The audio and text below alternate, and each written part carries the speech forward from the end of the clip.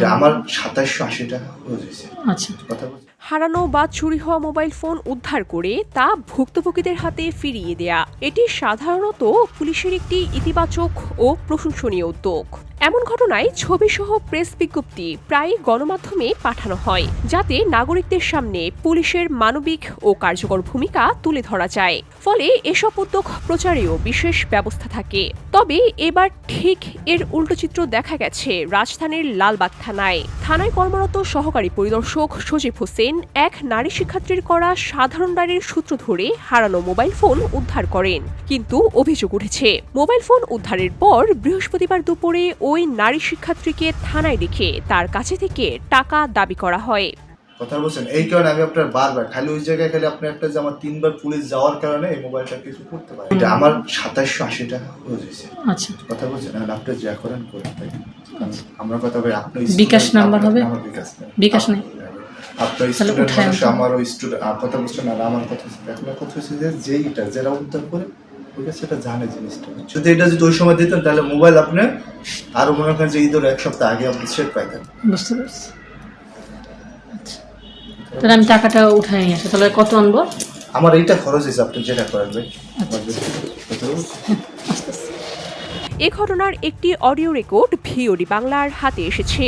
সংশ্লিষ্ট কথোপকথনটি এএসআই সজীব হোসেনের ও ভুক্তভোগী ওই নারীর মধ্যকার বলেই নিশ্চিত হওয়া গেছে।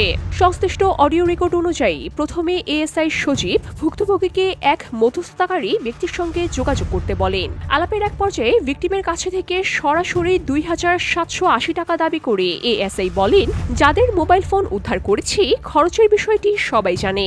ভুক্তভোগী ওই নারীর অভিযোগ, টাকা দাবি করার পাশাপাশি সংশ্লিষ্ট এএসআই তাকে একাধিকবার ফোন করে আপত্তিকর নানা প্রশ্ন করেন। সহায়তার আশায় থানায় গিয়েছিলাম, কিন্তু সেখানে হয়রানির শিকার হতে হয়েছে।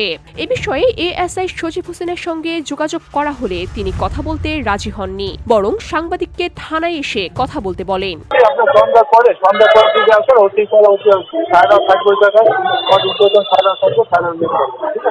এদিকে থানার ভারপ্রাপ্ত কর্মকর্তা ওসির সঙ্গে যোগাযোগের চেষ্টা করা হলে তাকে পাওয়া যায়নি। তবে ডিএমপির লালবাগ বিভাগের উপকমিশনার মোহাম্মদ তালিবুর রহমান ভিওডি বাংলাকে জানান, মোবাইল ফোন উদ্ধার করে টাকা নেওয়ার কোনো নিয়ম নেই। যদি কোনো এএসআই টাকা দাবি করে থাকে এমন প্রমাণ পাওয়া গেলে তার বিরুদ্ধে যথাযথ ব্যবস্থা নেওয়া হবে।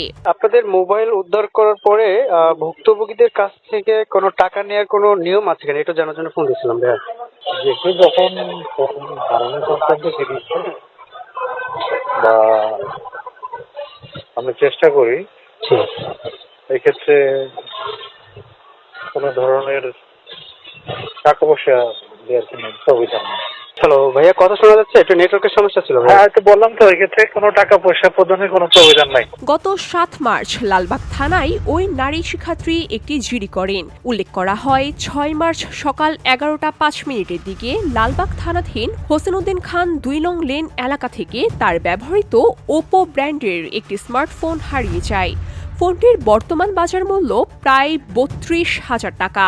কিছুদিন পর দায়িত্বপ্রাপ্ত কর্মকর্তা এএসআই সজীব হোসাইন ভুক্তভোগীকে ফোন দিয়ে জানান, মোবাইলটি উদ্ধার করা হয়েছে এবং সেটি নিতে থানায় আসতে হবে। অভিযোগ অনুযায়ী বৃহস্পতিবার দুপুরে ভুক্তভোগী শিক্ষার্থী থানায় গেলে এএসআই সজীব হোসেন টাকার দাবি করেন। এ বিষয়ে ওই এএসআই দাবি করেন, মোবাইলটি ডিএনপির বাহিরে হবিগঞ্জ এলাকা থেকে 4 বারের চেষ্টার পর উদ্ধার করা হয়েছে, যার কারণে খরচ বেড়েছে।